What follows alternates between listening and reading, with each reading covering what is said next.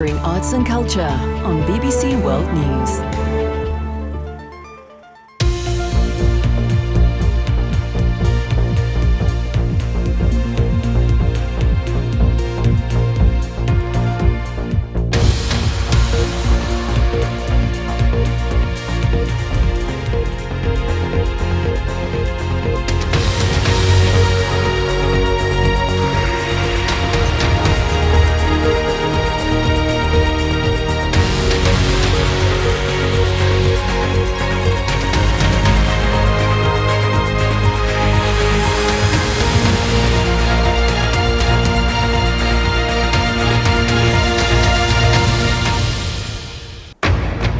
Welcome to BBC News. I'm Monika Plaha. Our top stories. The biggest air disruption in America since 9/11. Officials say a damaged database file caused a technical fault that forced flights to be grounded across the US. My top priority right now that the system is working again as of about 9 this morning, is to understand the root cause, understand how it could have led to this level of disruption, and understand how to make sure that it does not happen again. Fighting intensifies in eastern Ukraine as the battle for the town of Soledar proves one of the bloodiest of the war so far.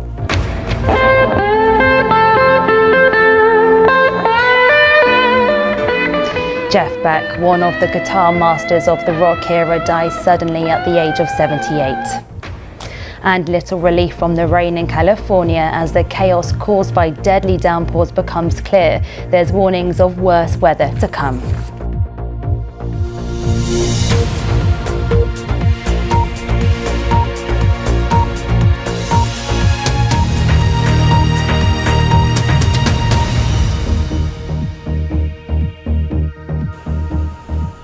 Welcome to our viewers on PBS in America and around the globe. First, an investigation into the failure of the safety messaging system, which led to all departing flights in the United States being grounded early on Wednesday, was caused by a damaged file in a database and not by a cyber attack. That's according to an investigation by the Federal Aviation Authority. Flights have been getting back to normal, but the US Transport Secretary said the FAA must find out why backup systems did not prevent the failure. North America correspondent Gary O'Donoghue reports. Well, we can now speak to Associated Press airline reporter David Koenig, who joins us now from Dallas. David, thank you very much for joining me on BBC News. So the FAA say that the system failure was due to a damaged file, but there's lots of questions, isn't there, into why backup systems didn't actually prevent the failure. So where did it all go wrong? Yeah, fingers crossed. Hey, David Koenig, thank you very much for your time here on BBC News. In other news now, and the family of a British-Iranian dual national sentenced to death in Iran have told the BBC that authorities are preparing to execute him. Alireza Akbari was arrested more than 2 years ago and accused of spying for the UK, which he denied. The Foreign Office has urged Iran to release him and say they are supporting his family. The man suspected of stabbing 6 people at a Paris train station on Wednesday is reported to be a Libyan national who was due to be deported. He's currently in hospital after being shot as police tried to stop his attack. Police are still investigating the motive, although it's not thought to be terror-related. Damar Hamlin has been discharged from hospital 9 days after suffering a cardiac arrest during an NFL game. He collapsed during a match between his team with the Buffalo Bills and the Cincinnati Bengals. Doctors said they were confident that he could now be safely discharged.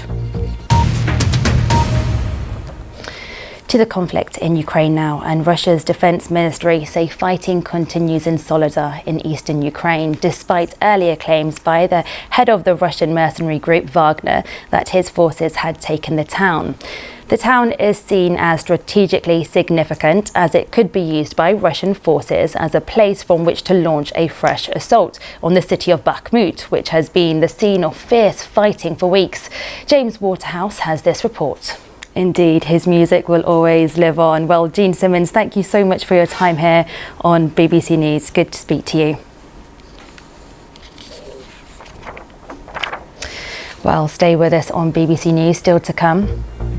Former tennis number one Naomi Osaka announces her pregnancy but already has her eye on a return to the courts.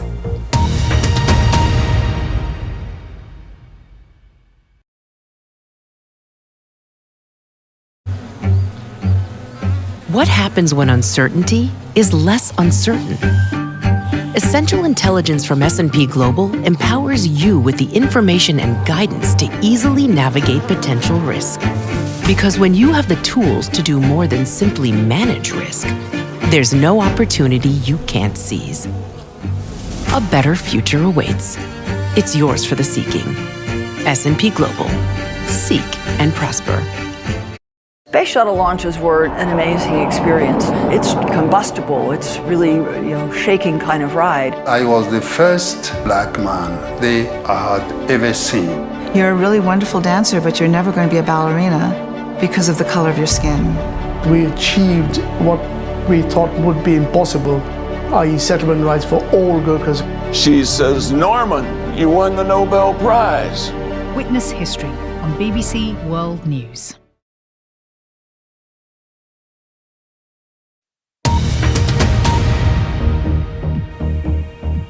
This is BBC World News, the latest headlines. Aviation officials say a damaged database file caused the technical fault that forced flights to be grounded across the US. And fighting intensifies in eastern Ukraine as the battle for the town of Soledar proves one of the bloodiest of the Russian invasion so far. Torrential rain continues to fall in California as the latest storm sweeps in from the Pacific. Mudslides have cut off roads and communities. At least 17 people have died in the American state after a month of heavy rain and flooding. The US president has declared a state of emergency. Here's James Clayton. Now, the former world number one tennis player Naomi Osaka withdrew from the Australian Open that starts next week. And now we know why. The 25-year-old posted what she called a little life update for 2023 on social media, including a picture of an ultrasound scan confirming that she is, in fact, expecting her first child. Well, our news reporter Azadeh Mashuri joins me now. There's lots of lovely messages, aren't there, pouring in over social media. So what more do we know about the news that she has shared? Now, a reminder of our top story. I'll just remind you of the story that I just read. We were speaking about a minute ago, and that's Tatiana Petitz, one of the original supermodels who dominated fashion in the 1980s and 90s, has died, and that's at the age of 56. Well, you're watching BBC News with me, Monika Plaha.